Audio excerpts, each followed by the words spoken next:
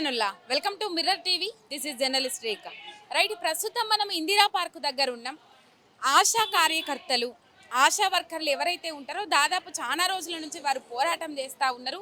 వాళ్ళ ఫిక్స్డ్ వేతనం కానీ, వాళ్ళ డ్యూటీ భద్రత కానీ, లేకపోతే వాళ్ళు చనిపోయిన తర్వాత వాళ్ళకు వచ్చే బెనిఫిట్స్ కానీ, ఇవన్నీ అంశాల గురించి చాలా రోజుల నుంచి పోరాటం చేస్తూ ఉన్నారు. మొన్న మనం చూసినాము సుల్తాన్పూర్ ఆ ఏరియాలో ఆశాలు ధర్నా చేసిండ్రు. ధర్నా చేసిన కార్యక్రమంలో కొన్ని ఇన్సిడెంట్లు అయినాయి. చాలా బాధ అనిపించింది. ఇలా వాళ్ళ డిమాండ్స్ కోసం, వాళ్ళ హక్కుల సాధన కోసం ఇక్కడ ఇందిరా పార్క్ దగ్గర ఒక మీటింగ్ ఏర్పాటు చేసుకున్నారు. ఇక్కడ చాలా మంది వందల సంఖ్యలో ఆశా వర్కర్లు వచ్చి చేరుకున్నారు.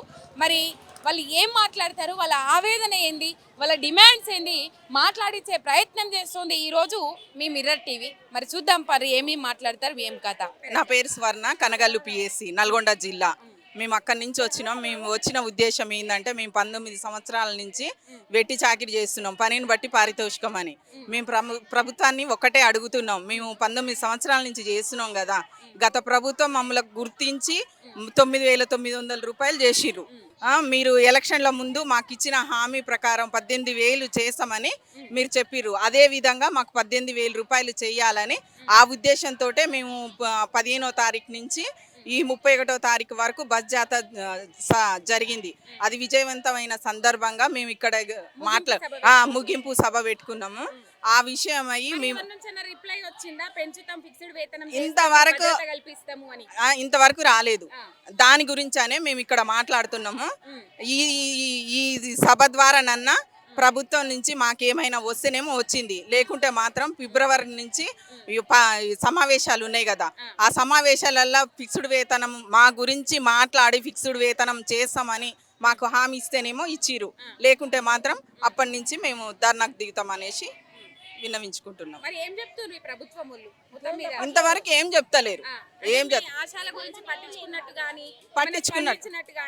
ఇంతవరకు పట్టించుకున్నట్టు స్పందించినట్టు మాత్రం ఏం లేదు. ఎన్నికల ముందు ఏమని చెప్పారంటే, ఫిక్స్డ్ వేతనం చేస్తాం, 18,000 చేస్తాం, మా ప్రభుత్వం వస్తే మేము ఇది చేస్తాం అనేసి మాట్లాడారు. మీ తరపున మంత్రులను కానీ లేకపోతే సంబంధిత అధికారులను కానీ వాళ్ళని కలిసిండ్రా ఇంతవరకు? మేము ఇంత ముందుకు కలిసినాం. మేము ఇక్కడ కమిషనర్ని కలిసినాము, లోకల్లో ఉన్న ఎమ్మెల్యేలను కలిసినాం. మేము మాట్లాడతాం, చేస్తాం అనేసి అప్పుడు అన్నారు. కానీ ఇంతవరకు అయితే ఇంకేం లేదు. సరిపోవట్లేదు. పని ఎక్కువ అవుతుంది, పని భారం ఎక్కువ అవుతుంది, ఒత్తిడి ఎక్కువ అవుతుంది, కానీ పైసా వచ్చే పని అయితే లేదు. लतीफ बी, नलगोंडा जिला, इस्लाम नगर, कनगल मंडलम है. हमारे को बहुत काम, शुगर, बीपी, एएनसी, पीएनसी वो पूरे ले जाना बहुत बहुत तकलीफ हो रही. हमारे पैसे तनखा दे बोले तो नहीं दिए. उससे पहले 2,000 रुपये हते, अभी 8,000 करी.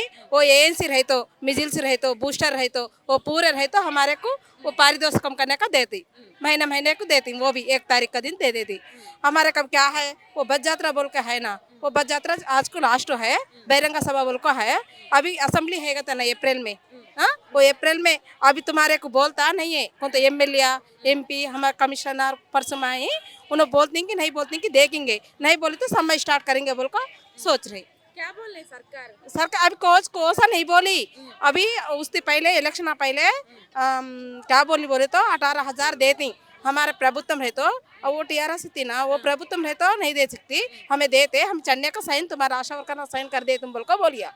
अब होना बोल को हमें समय को 19 సంవత్సరాలు 2006 ఫిబ్రవరి 23 జాయిన్ అయినాం. 19 సంవత్సరాలు 19 సంవత్సరాల నుండి చేస్తున్నా, ఇంకా కనీస గుర్తింపు కూడా రావట్లేదు. ఫిక్స్ వేతనం అయితేనే మాకు గుర్తించినట్లు అనే గౌరవం అనేది ఉంటుంది. నాకు 1,000 వీళ్ళు ఇస్తామని మాట ఇచ్చిండ్రు కదా, మరి ఎందుకు ఆ మాట ఎందుకు నిలబెట్టుకుంటలేరని మీరు ప్రశ్నించిండ్రా? ప్రశ్న కోసమే ఇక్కడ దాకా వచ్చినాం. ఇప్పుడన్నా మేము ఇంతమంది ఒత్తిడి చేస్తే గవర్నమెంట్ ఆలోచన ఏమన్నా మమ్మల్ని గుర్తింపు ఏమన్నా ఆలోచిస్తారేమో అనే విధంగా వచ్చినాం. మరి మొన్న సుల్తాన్పూర్ లో కూడా అంతమంది కూర్చొని పోరాటం చేసిండ్రు కదా దాదాపు, మరి అప్పుడు కూడా స్పందించిన వాళ్ళు ఇప్పుడు స్పందిస్తుంది అని అనుకుంటున్నారు? స్పందిస్తాం అనే కోరికతోటే వచ్చినాం. స్పందిస్తారనే ఉద్దేశం. రేవంత్ రెడ్డి సర్కార్ ఏం లేదు, మేము 18,000 ఫిక్స్ వేతనం కోరుతున్నాం.